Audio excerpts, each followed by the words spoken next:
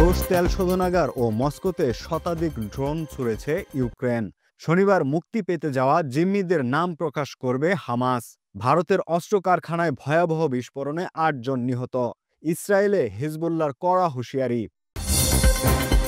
রুশ তেল শোধনাগারে ও মস্কোতে শতাধিক ড্রোন ছুড়েছে ইউক্রেন। রাশিয়ার একটি তেল শোধনাগারে হামলা চালানোর দাবি করেছে ইউক্রেন। সেই সাথে মস্কোকে লক্ষ্য করে কমপক্ষে ১০০টি ড্রোন হামলা চালানোর কথাও জানিয়েছে কিয়েভ।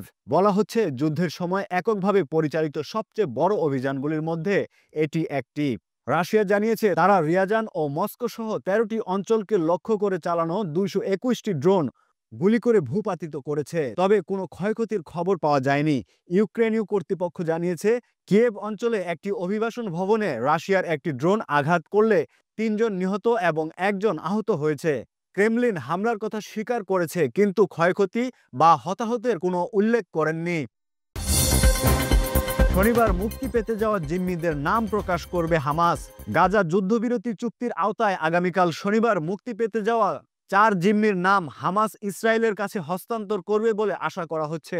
ধারণা করা হচ্ছে যে তারা সেনা এবং বেসামরিক নাগরিক, তাদের সবাই নারী। ইসরায়েলে আটক ১৮০ জন ফিলিস্তিনি বন্দি বিনিময়ে তাদের মুক্তি দেওয়া হবে। গত রবিবার যুদ্ধবিরতি কার্যকর হওয়ার পর এটি হবে দ্বিতীয় জিম্মি ও বন্দি বিনিময়। প্রথম বিনিময়ে ৩ জন ইসরায়েলি জিম্মির বিনিময়ে ৯০০ ফিলিস্তিনি বন্দীকে মুক্তি দেওয়া হয়েছিল। হামাস আগামী ৫ সপ্তাহের মধ্যে মুক্তি পেতে যাওয়া বাকি ২৬ জিম্মি সম্পর্কেও তথ্য দেবে বলে আশা করা হচ্ছে। ভারতের অস্ত্র কারখানায় ভয়াবহ বিস্ফোরণে ৮ জন নিহত। ভারতের নাগপুরের কাছে একটি অস্ত্র কারখানায় ভয়াবহ বিস্ফোরণের ঘটনায় ৮ জন নিহত হয়েছেন। জানা যায়, এই বিস্ফোরণে তীব্রতা এতই বেশি ছিল যে তা শোনা গেছে ৫ কিলোমিটার দূর থেকেও। খবর জি নিউজের। জেলা কালেক্টর সঞ্জয় কোলতে জানিয়েছেন, শুক্রবার সকাল ১০:৩০টার দিকে মহারাষ্ট্রের ভান্ডারা জেলার জওহরনগর এলাকায় অবস্থিত এই কারখানার এলটিপি বিভাগে বিস্ফোরণটি ঘটে। পরিস্থিতি সামাল দিতে ঘটনাস্থলে পৌঁছেছেন দমকল কর্মী ও চিকিৎসা কর্মীরা। দূর থেকে ধারণ করা ভিডিওতে এই কারখানা থেকে ঘন ধোঁয়া উঠতে দেখা গেছে। ইসরায়েলকে হিজবুল্লাহর কড়া হুঁশিয়ারি। হিজবুল্লাহর প্রতিরোধ আন্দোলন বলছে, দক্ষিণ লেবানন থেকে দখলদার বাহিনী প্রত্যাহারে ইসরায়েলি বিলম্ব দেশটির সার্বভৌমত্ব লঙ্ঘন হিসেবে গণ্য হবে। ইসরায়েলি গণমাধ্যম প্রকাশিত খবরে বলা হয়েছে, যুদ্ধবিরতি চুক্তিতে নির্ধারিত ৬০ দিনের বাইরে লেবাননে ইসরায়েলি সেনাদের আরও ৩০ দিন রাখার জন্য যুক্তরাষ্ট্রের কাছে তদবির করছে। এমন খবর প্রকাশিত হওয়ার পরই হিজবুল্লাহ হুঁশিয়ারি দিয়েছে।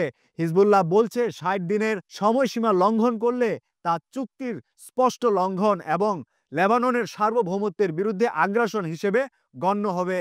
গোষ্ঠীটি বলছে, এই ধরনের পদক্ষেপ দখলদারিত্বের একটি নতুন পর্যায়ের সূচনা করবে, যার জন্য রাষ্ট্রকে আন্তর্জাতিক সনদ প্রদত্ত সমস্ত উপায় এবং পদ্ধতি ব্যবহার করে প্রতিক্রিয়া জানানো হবে ভূমি পুনরুদ্ধার করতে। হিজবুল্লাহ বলছে, চুক্তির যে কোনো লঙ্ঘন অগ্রহণযোগ্য। অপ্রতিরোধ্য গোষ্ঠীটি আরও যোগ করেছে, ছোটখাটো অজুহাতে এই বাধ্যবাধকতা এড়ানোর যে কোনো প্রচেষ্টা সহ্য করা হবে না। আমরা যে কোনো ধরনের ছাড় ছাড়াই চুক্তির কঠোরভাবে মেনে চলার আহ্বান জানাই।